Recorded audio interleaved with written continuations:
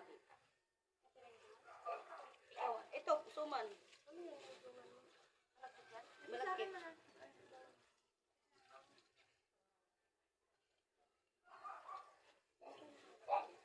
Dala ba yung chicken? Kinsihan nga yan, inano ko na kasi. Nagmamadala ako mga. Nagdaba kasi ako kahapon. 30 plus 25, 50 pa. 55. Wala kang ano. Pahingin lang 5. Wala. 5. Dapat 45. 5 pesos na. Ipagpalit mo. Wala. Naka. Ganun din. 55. 30, 40. Meron pa. Sinilip. Sinilip. Nadilip. Meron daw. Pagbalik ko na lang yung ano. Ay, tama. Oo. 55. Ay, 10 na lang.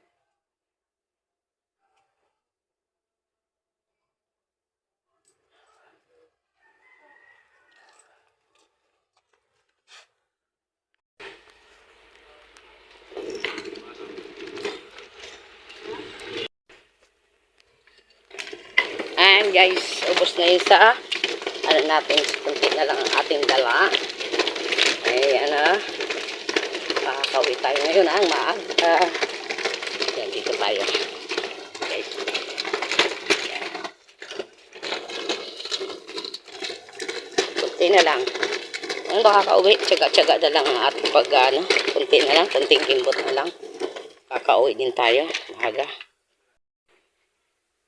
Yung kunti na lang, makakauwi na tayo. Kunti-kunti na lang ang ating paninda. Ayan, nakuha na naman sa tiyaga. Ganyan mga vendors, kailangan, pag nagano ka, kailangan kunting tiyaga. Nakakapagod man, pero masaya naman kapag ganito na maaga ka nakakapag-aupos ng paninda. Katulad ngayon, ang aga pa. Kunting-kunti na lang, wala na yata 10 piraso. Dahan-dahan na tayo palabas. Sana pagdating bago makalabas tayo dito, sana ubos na para ayun. Tapos nakisama pa yung panahon, makulim din. Kasi kagabi ang lakas ng ulan. Ayan, may bagyo nga sa ibang lugar, diba? Ayan, ingat-ingat po. Shout out po sa inyong lahat. Sana okay kayo. Sana mag-iingat po ang lahat sa bagyo kasi malakas to. Ako nga natakot din ako kagabi kasi sobrang lakas ng ulan. Buti na lang walang hangin, ulan lang. Ayan. Kaya medyo kinabahan din ako kasi meron butas yung bubong ko. Baka mamaya tumulo. Pero hindi naman lahat. Meron lang part na butas. Hindi ko pa napapaayos. Ayan. Nakakatuwa naman pag ganito na maaga tayo makakauwi. Sulit yung pagod. Ang pinakaan dito nakaka-walking exercise tayo, malaking bagay ito, naiinitan ng konti yung likod na